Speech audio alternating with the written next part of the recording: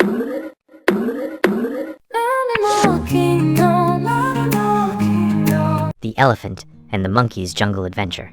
In the heart of a dense, vibrant jungle, there lived two unlikely friends, an elephant named Elroy and a monkey named Max. Despite their stark differences, they were inseparable. Elroy was calm and thoughtful, often providing wisdom, while Max was quick-witted and mischievous, bringing humor and agility to their adventures. One sunny morning, a great commotion erupted near the watering hole. The jungle animals were panicked. The river, their lifeblood, had stopped flowing overnight, leaving only a muddy trickle behind. "This is bad," said Elroy, his deep voice echoing through the trees. "Without the river, we won't survive long." Max swung down from a branch, landing lightly on Elroy's broad back. "Don't worry, buddy. We'll figure it out. Let's go upstream and see what's blocking it." Elroy and Max set off on their quest. The jungle became denser as they climbed upstream, the sound of trickling water fading into silence. Along the way, they met other animals who offered clues. A parrot squawked. "I saw strange rocks near the waterfall. A deer added. The air smelled different, like something burning." "Sounds fishy," Max muttered. "Let's hurry." When they reached the waterfall, they gasped. A massive pile of boulders, tree trunks, and vines had dammed the river. Beyond it, the water swirled angrily, unable to flow downstream. "Who could have done this?" Elroy asked, his brow furrowed. Before Max could reply, a booming laugh echoed.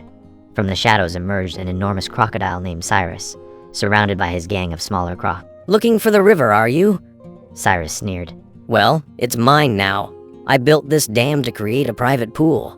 No one's taking it from me." Max whispered in Elroy's ear. "We can't fight them head on. We need a plan." Elroy nodded. "What do you suggest?" Max's eyes gleamed mischievously. "Leave it to me." Max climbed a tall tree near the dam and shouted. "Hey, Cyrus. Bet you can't catch me." He danced and flipped, taunting the crocs. Furious, Cyrus and his gang lunged at Max, leaving the dam unguarded. Meanwhile, Elroy quietly approached the dam, using his massive strength to push and pull at the debris. Just as Elroy was making progress, he heard Max scream. He turned to see Cyrus snapping his jaws perilously close to Max, who was dangling from a vine over the croc's snapping jaws. "Elroy, a little help here?" Max called out, his usual confidence shaken. Elroy acted quickly. With one final shove, he dislodged the dam, sending a powerful surge of water downstream. The rush of water swept Cyrus and his gang away, leaving Max safe on his vine. "Nice timing, big guy," Max said, climbing down to Elroy's side. With the river restored, the jungle animals rejoiced. Elroy and Max returned as heroes. "You know," Max said, "I learned something today. Brains and brawn make a great team." Elroy chuckled. "And I learned that a little mischief can be just what's needed." From that day on, the jungle thrived again, and the bond between Elroy and Max grew stronger, proving that friendship and teamwork can overcome even the biggest challenges. The jungle's hidden treasure. Life in the jungle had returned to its usual hum of activity after Elroy and Max helped the civets find a new home. But one crisp morning, as sunlight filtered through the canopy, an unexpected discovery sent ripples of excitement through the jungle. Max swung down from his favorite mango tree, clutching a crumpled piece of bark.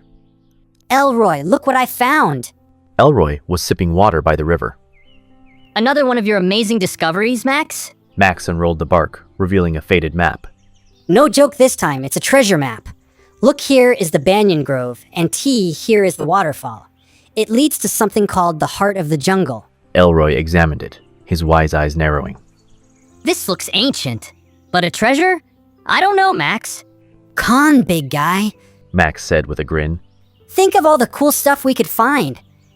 And imagine how the jungle could benefit. Maybe the treasure can solve problems we don't even know about yet." Elroy sighed.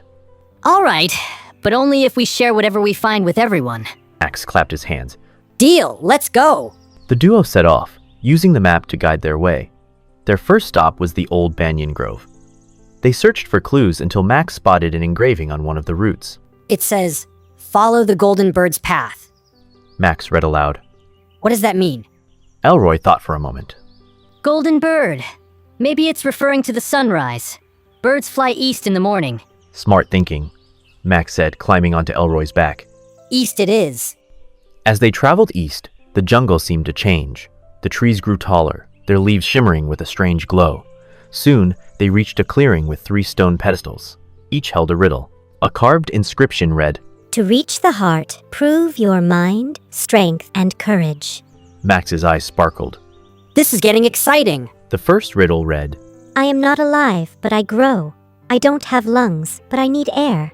I don't have a mouth, yet water kills me. What am I? Easy. Max said, grinning. It's fire. As he spoke, the pedestal sank into the ground, revealing a path forward. The second trial required Elroy to push a massive boulder uphill to trigger a mechanism. While Elroy strained, Max cheered him on. Almost there, buddy. You are stronger than that rock. With a final heave, Elroy completed the task, and the path extended further. For the final trial, the pair had to cross a shaky rope bridge over a deep canyon. Halfway across, the wind picked up, making the bridge sway dangerously. I don't like this, Max. Elroy said, hesitating. Don't worry, big guy. Max said, leaping ahead to stabilize the ropes. We've got this together. With teamwork and determination, they made it across. Finally, they reached the heart of the jungle's stunning crystal fountain, glowing with a soft golden light. Surrounding it were plants that seemed to hum with life. Max ran ahead. Wow, look at this place. It's incredible. But as they approached the fountain, a deep voice echoed. Who dares disturb the heart? From the shadows emerged a massive, ancient tortoise with a shell covered in moss and glowing symbols. I am Turan, guardian of the heart. Why have you come? Elroy bowed respectfully. We followed the map, hoping to find something that could help the jungle. Turan studied them for a moment, then smiled. The true treasure is not the fountain, but the journey you undertook to reach it. The heart grants wisdom and renewal, but only to those who prove they act for the good of all. Max scratched his head. So, no gold or jewels? Turan chuckled. The heart itself is a treasure. Its waters can heal and bring vitality to the jungle. We'll use it wisely? Elroy promised. With Turan's blessing, they carried a small vial of the heart's water back to the jungle. They used it sparingly to heal sick plants and animals, ensuring everyone benefited. That was some adventure. Max said one evening, lounging on Elroy's back. Elroy smiled. And a reminder that the greatest treasures are those we share. Max chuckled. Like mangoes? Elroy rolled his eyes but laughed. Sure, Max, like mangoes.